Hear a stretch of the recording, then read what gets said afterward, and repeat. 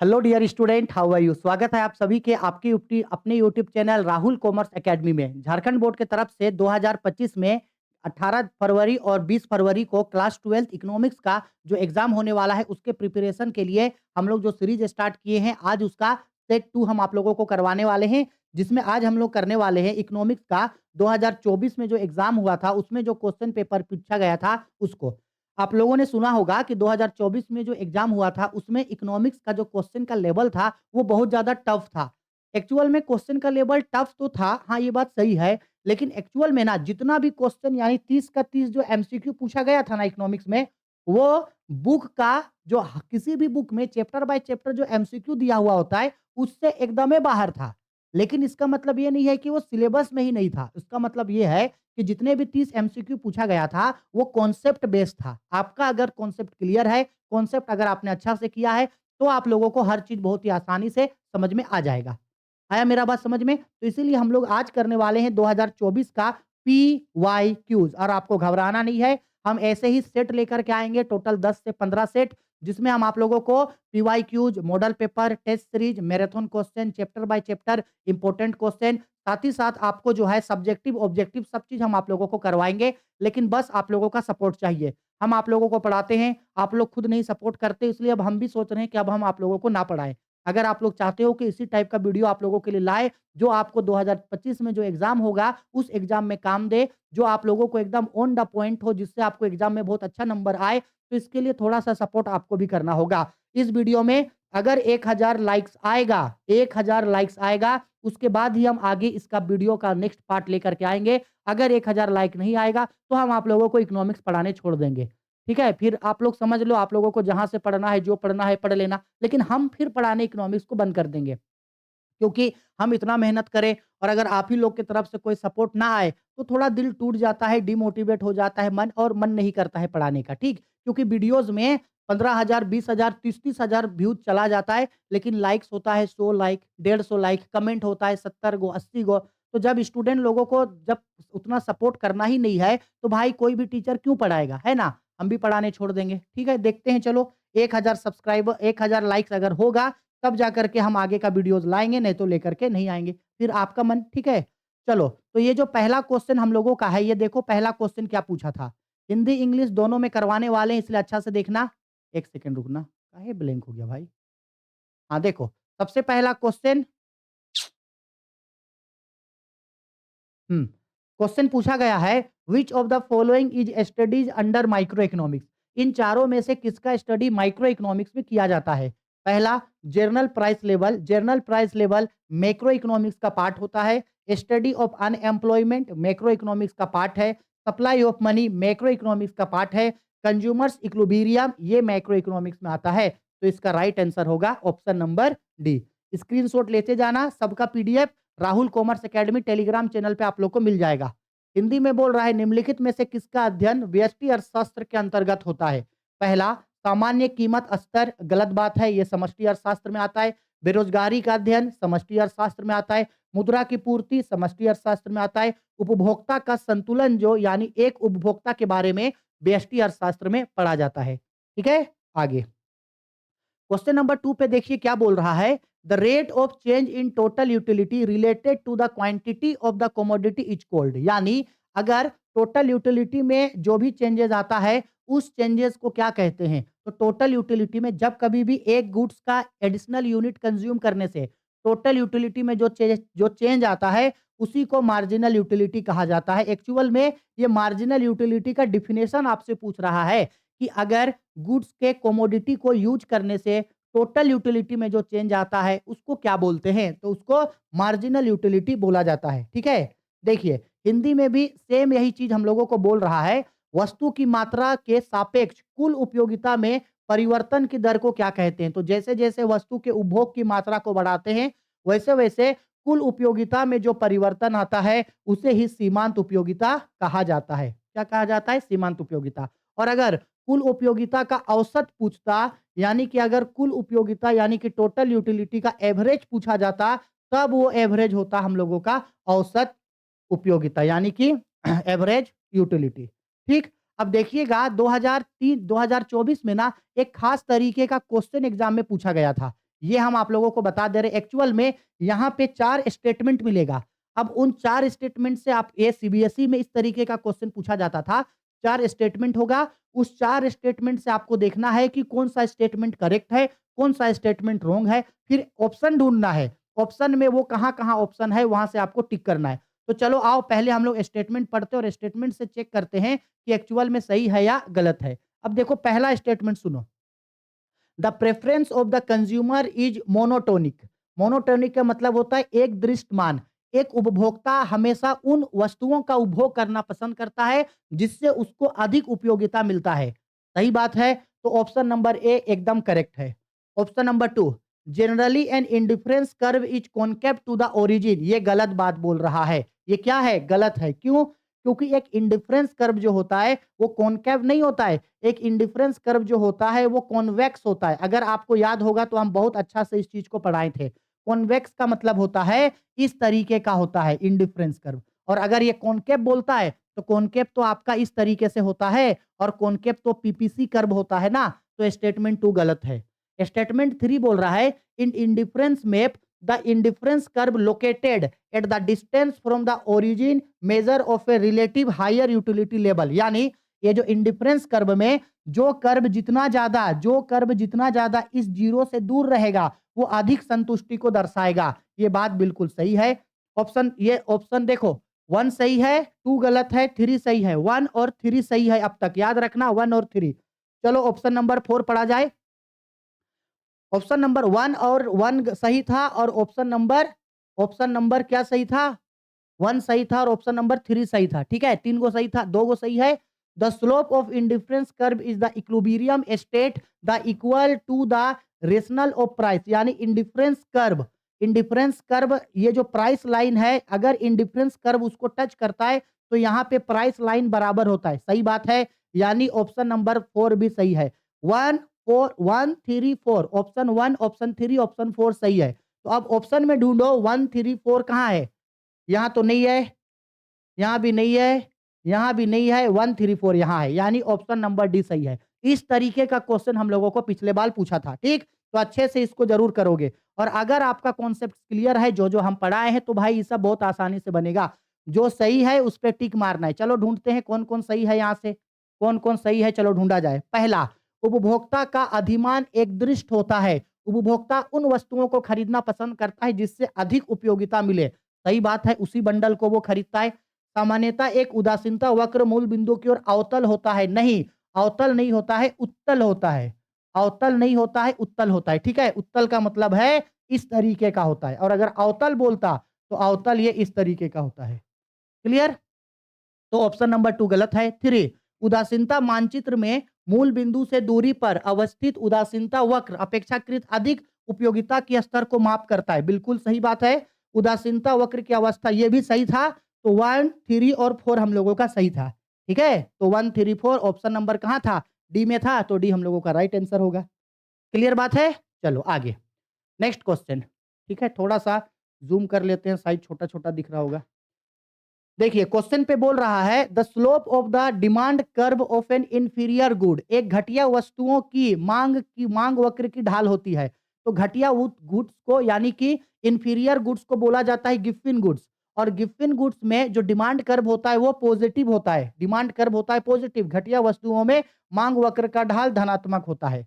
मांग वक्र का ढाल क्या होता है? धनात्मक होता है। ठीक है, क्यों? क्योंकि जैसे ही वस्तुओं का मूल्य बढ़ता है उसका मांग तुरंत बढ़ जाता है। मांग गिफ्टिन वस्तुओं में यही होता है, कीमत बढ़ता है तो मांग बढ़ जाता है। और अगर गिफ्टिन वस्तुओं को छोड़ के सामान्य वस्तु होता, नॉर्मल गुड्स होता, तो इसमें नेगेटिव होता है।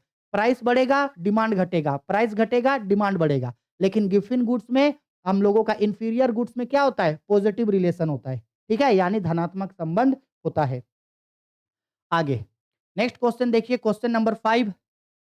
क्वेश्चन नंबर 5 पे देखिए क्या बोल रहा है। देखिए बोला गया है the demand curve for which type of commodity decrease due to increase in the income of the consumer. मतलब उपभोक्ता की आय बढ़ने पर किस प्रकार की वस्तु की मांग कम हो जाएगी। यानी कंज्यूमर का इनकम बढ़ रहा है, इनकम बढ़ने से किस तरीके के गुड्स को खरीदना वो कम कर देगा। तो गिफ्टिन गुड्स को, यानी किस तरीके के वस्तुओं को कम खरीदेगा? गिफ्टिन। गिफ्टिन का मतलब होता है घटिया। गिफ्ट इन वस्तुओं को वो कम खरीदेगा जैसे-जैसे उसका इनकम बढ़ते जाएगा। ठीक है? आगे। नेक्स्ट आते हैं क्वेश्चन नंबर 6 पे। देखिए क्वेश्चन नंबर 6 पे यहाँ पे बोला जा रहा है which of the following is a combination of competitive item. निम्नलिखित में से कौन प्रतियोगी वस्तु का एक संयोग है? अब देखो कॉम्पिटिटिव गुड्स का मतलब होता है सब्स्टिट्यूट गुड्स। इसका मतलब होता है सब्स्टिट्यूट गुड्स या सप्लीमेंट्री गुड्स। ठीक है? Supplementary goods. प्रतियोगी वस्तु का मतलब होता है आपका प्रतिस्थापन वस्तुएं।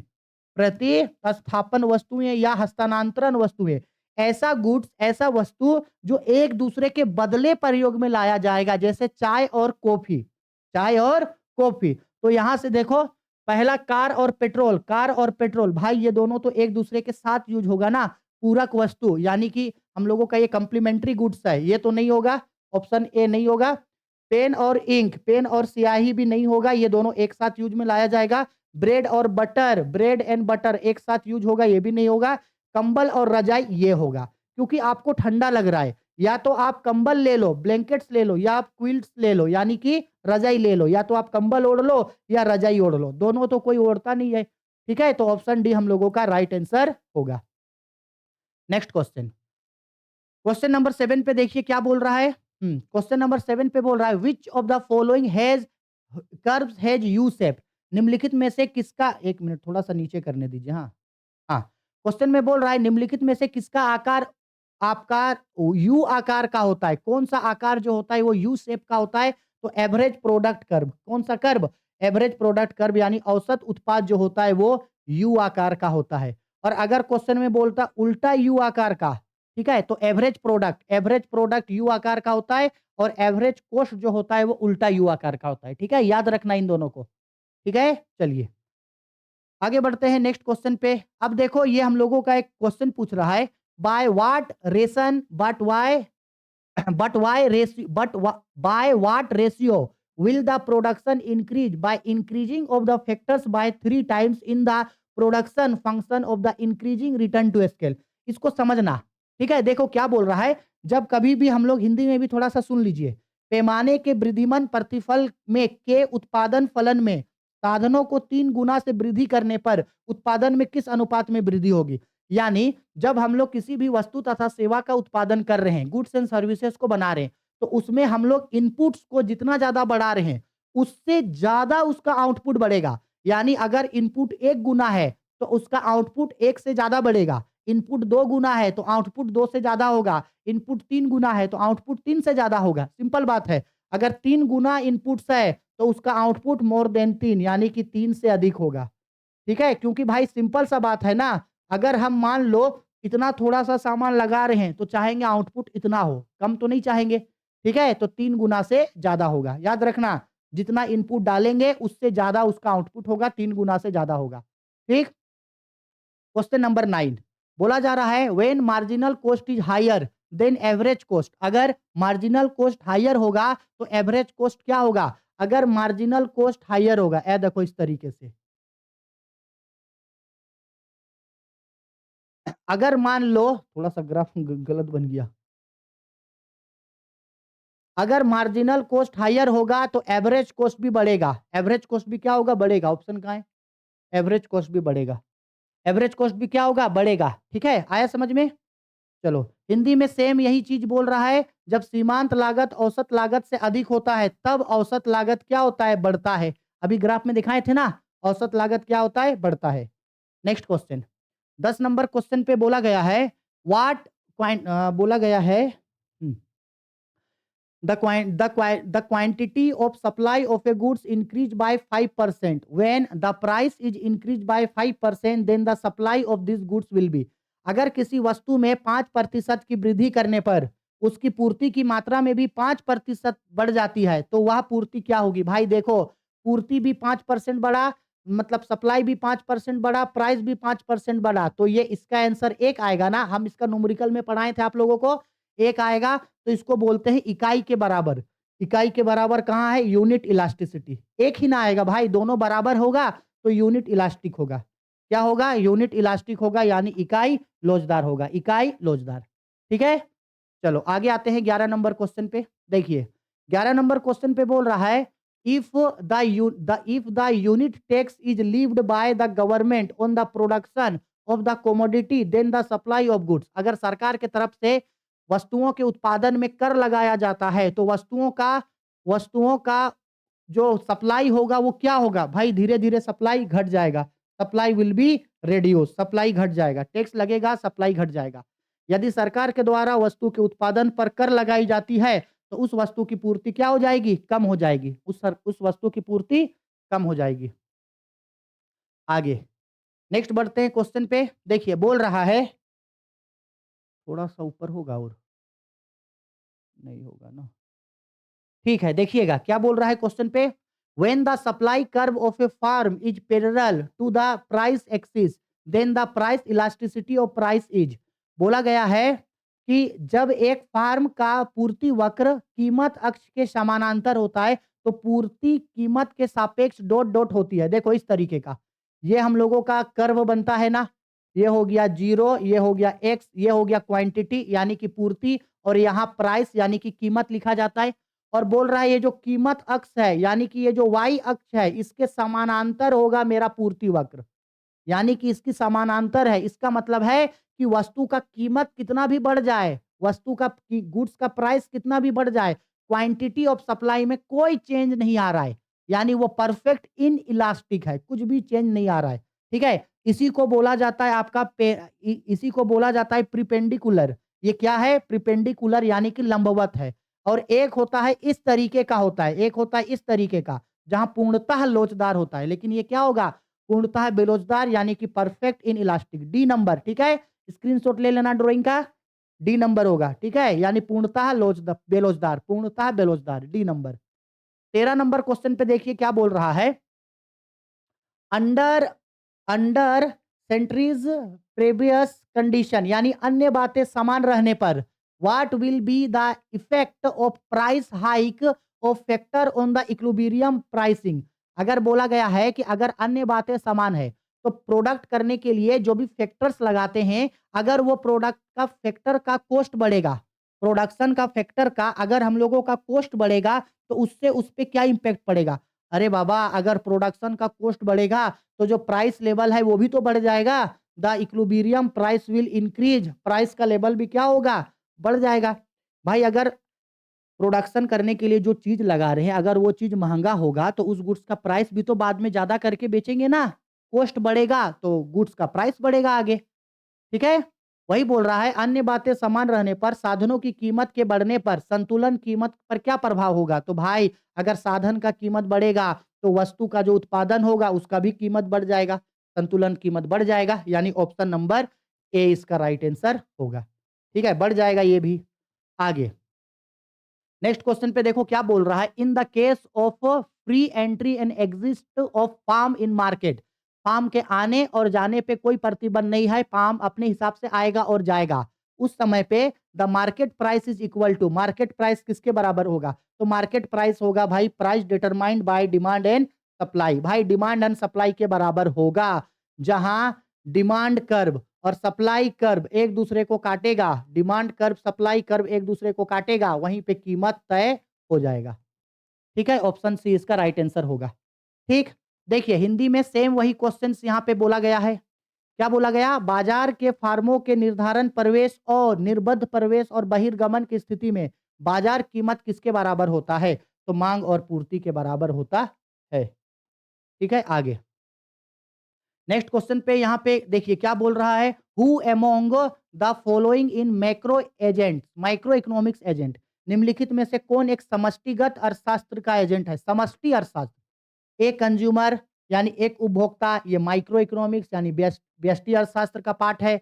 ए प्रोड्यूसर, माइक्रो इकोनॉमिक्स यानी व्यष्टि अर्थशास्त्र का पार्ट है। ए शॉपकीपर यानी एक दुकानदार, माइक्रो इकोनॉमिक्स यानी व्यष्टि अर्थशास्त्र का पार्ट है। बैंक, बैंक समष्टि अर्थशास्त्र का पार्ट है। ठीक है, ऑप्शन डी इसका राइट आंसर होगा।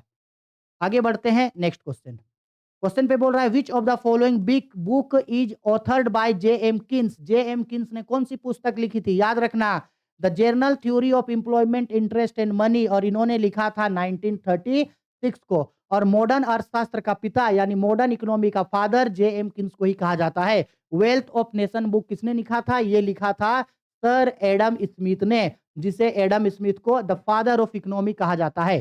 ठीक है, चलो निम्नलिखित में से जे एम किन्स के द्वारा लिखित पुस्तक क्या थी? Journal theory of employment and interest and money. ठीक है, याद रखना, इसको इंपॉर्टेंट है। आगे आते हैं, which of the following variables is related to a certain point of time. इनमें से किसका संबंध एक निश्चित समय से होता है? तो निश्चित समय का संबंध स्टॉक से होता है। हम ये चैप्टर पढ़ाते समय इसका मीनिंग में ही आपको ये चीज बताए थे। ठीक है, स्टॉक का संबंध होता है। निम्नलिखित में से किस चर का संबंध एक निश्चित समय बिंदु से होता है? ठीक है, वो होता है आपका स्टॉक से होता है। आगे नेक्स्ट क्वेश्चन पे बोल रहा है, which method is calculated GDP included the monetary value of final goods. GDP की गणना करते समय किस वस्तुओं तथा सेवाओं के अंतिम मूल्य को किसमें शामिल किया जाता है? कौन मेथड से? तो ये शामिल होता है प्रोडक्ट मेथड से। मोस्ट इंपोर्टेंट क्वेश्चन, और जीडीपी का न्यूमेरिकल भी पूछ सकता है, जो हम आपको नेशनल इनकम का चैप्टर में पढ़ाए थे। ठीक, जीडीपी की गणना किस विधि में जीडीपी की गणना की किस विधि में अंतिम वस्तुओं के मौद्रिक मूल्य को शामिल किया जाता है? तो ये शामिल किया जाता है आपका उत्पाद विधि के अंतर्गत।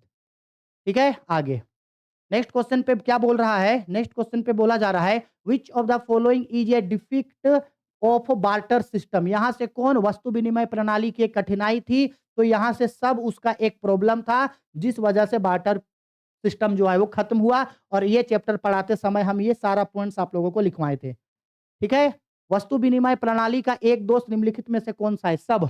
सब ऑप्शन नंबर डी इसका राइट आंसर हो जाएगा। ये सब दोष होता है उसका। ठीक है, आगे नेक्स्ट आते हैं क्वेश्चन पे। बोल रहा है कि हाँ, क्वेश्चन पे बोल रहा है, which one of the following is not a function of A commercial bank. यहां से कौन कमर्शियल बैंक का एक फंक्शन नहीं है? तो याद रखना, बैंक ऑफ गवर्नमेंट। कोई भी कमर्शियल बैंक गवर्नमेंट यानी सरकार का बैंक नहीं बन सकता है।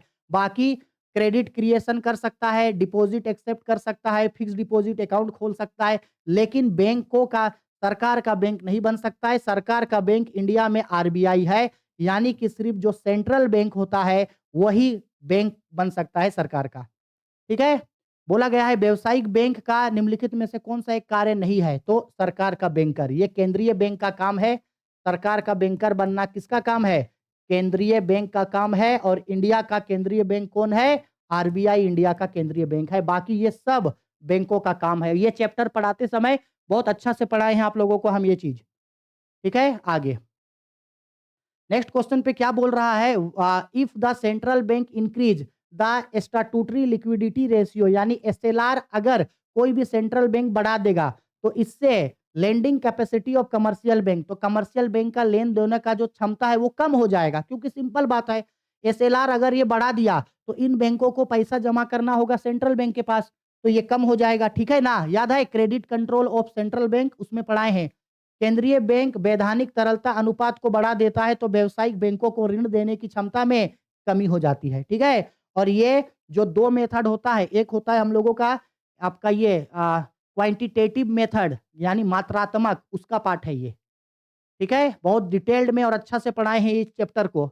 विच demand for money decreases due to increase in interest rate. अगर इंटरेस्ट रेट बढ़ जाएगा तो किस तरीके का मनी का डिमांड घट जाएगा? तो डेली यूजेस के लिए जो मनी होता है उसका डिमांड घट जाएगा अगर लोन का इंटरेस्ट बढ़ जाएगा। ब्याज दर में वृद्धि होने पर मुद्रा की किस मांग में कमी हो जाती है? तो दैनिक लेन देन वाली मांग मुद्रा में कमी हो जाती है। नेक्स्ट क्वेश्चन बोला गया है, the the marginal propensity to consume measures the slope of which function. The marginal propensity of to consume measures then slope the which function. Consume है ना, तो कंजम्पशन होगा। कंज्यूम है तो कंजम्पशन, हाँ कंजम्पशन होगा, ऑप्शन नंबर डी। ठीक है, ये चैप्टर पढ़ाए नहीं है, पढ़ाएंगे हम आप लोगों को। देखो क्वेश्चन पे बोल रहा है, उपभोग की सीमांत प्रवृत्ति किसके फलन की ढाल को मापती है? तो उपभोग के फलन को। भाई देखना, उपभोग की सीमांत प्रवृत्ति, उपभोग की सीमांत प्रवृत्ति बोल रहा है तो उपभोग फलन को मापेगा। ठीक, आगे ये देखो, हाँ एक न्यूमेरिकल क्वेश्चन है, मल्टीप्लायर निकालने बोल रहा है। बोला गया है, if the value of the multiplier is an economy is 4 then what will be the value of the marginal propensity save, यानी पी एमपीसी निकालने बोल रहा है, क्या होगा एमपीसी? ठीक है। यदि किसी अर्थव्यवस्था में गुणांक का मान 4 है, तो बचत की सीमांत प्रवृत्ति का माप क्या होगा? देखो बचत ये जो है ना सीमांत प्रवृत्ति यानी कि हम लोगों का मल्टीप्लायर इसका एक फ़ॉर्मूला होता है। हम यहाँ करवा रहे हैं, अच्छा से करना। फ़ॉर्मूला होता है K is equal to 1/1 minus MPC. इस फ़ॉर्मूले को याद रखोगे। ठीक है? अब हमको एक बात बताओ,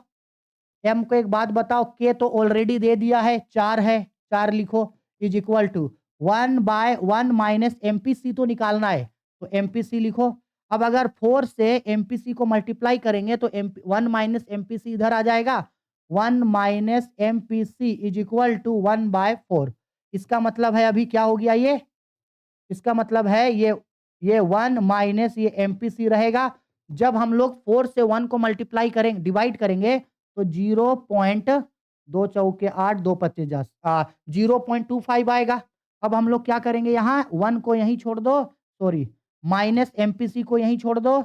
ये हम लोगों का हो गया 0.25। ये 1 है प्लस में, इसको माइनस में ले जाओ तो ये यहाँ बच जाएगा माइनस में एमपीसी और ये घट जाएगा तो माइनस 0.75। माइनस माइनस उड़ जाएगा तो क्या बचेगा? MPC is equal to 0.75। Option में ढूंढो है कहीं? हाँ, ऑप्शन नंबर बी हम लोग का राइट आंसर होगा। ठीक है, फॉर्मूला लिख लेना। ये क्वेश्चन बहुत हद तक इस साल फिर से रिपीटेडली आप लोगों को पूछ सकता है, इसलिए इसको अच्छा से कर लेना। हो गया? हटा इस चीज को, स्क्रीनशॉट ले लिया अच्छा से। ठीक है, चलो आगे। नेक्स्ट आते हैं, क्वेश्चन पे बोल रहा है how does an increase in the marginal propensity to consume effect aggregate demand. तो बोल रहा है कि अगर एमपीसी अगर बढ़ जाएगा तो एमपीसी के बढ़ने से एग्रीगेट डिमांड में क्या इफेक्ट पड़ेगा? तो सिंपल सा बात है, अगर एमपीसी अगर बढ़ेगा तो एग्रीगेट डिमांड भी क्या होगा? बढ़ जाएगा। एग्रीगेट डिमांड भी आपका बढ़ जाएगा। Option number B right answer. ठीक है, देखो बोल रहा है उपभोग की सीमांत प्रवृत्ति में वृद्धि से समग्र मांग को किस प्रकार प्रभावित करेगी? तो वो बढ़ेगा। देखो वो बढ़ेगा तो समग्र मांग भी आपका बढ़ जाएगा, उसका ढाल बढ़ जाएगा। ठीक है, option number B right answer. Next question पे आते हैं। नेक्स्ट क्वेश्चन पे बोला जा रहा है which one of the following is a sources of revenue income of the government. यहां से कौन सरकार का? अभी अभी कल ही हम आपको बजट का चैप्टर पढ़ाए हैं और उसमें बताए थे कि ये जो रेवेन्यू इनकम होता है वो ऐसा इनकम होता है जो सरकार को मिलता है, लेकिन सरकार का कोई भी लाइबिलिटी को वो नहीं बढ़ाता है और ना ही सरकार को वो पैसा रिटर्न करना होगा। ठीक है, डिसइन्वेस्टमेंट ये नहीं होगा, एक्सटर्नल डेब्ट्स नहीं होगा, हाउस होल्ड डेब्ट्स नहीं होगा, डिविडेंड ऑफ गवर्नमेंट इन्वेस्टमेंट। अगर सरकार कहीं इन्वेस्टमेंट किया है, सरकार को कोई डिविडेंड मिला है तो ये सरकार का रेवेन्यू इनकम होगा और ये दोनों ये सब सरकार का कैपिटल इनकम होगा। ये सब सरकार का क्या होगा? कैपिटल इनकम होगा, क्योंकि वो उनके लाइबिलिटी को बढ़ा देगा। ठीक है, पढ़ाए हैं बजट में, इसीलिए हम बोले थे ना कॉन्सेप्ट बेस बहुत चीज है। सरकार के राजस्व आय का एक स्रोत कौन सा है? सरकारी निवेश। और बाकी ये तीनों जो चीज है, ये तीनों आपका सरकार का पूंजीगत प्राप्ति है। सरकार का पूंजीगत प्राप्ति है। ठीक है, आगे नेक्स्ट बढ़ते हैं क्वेश्चन पे 27 नंबर पे।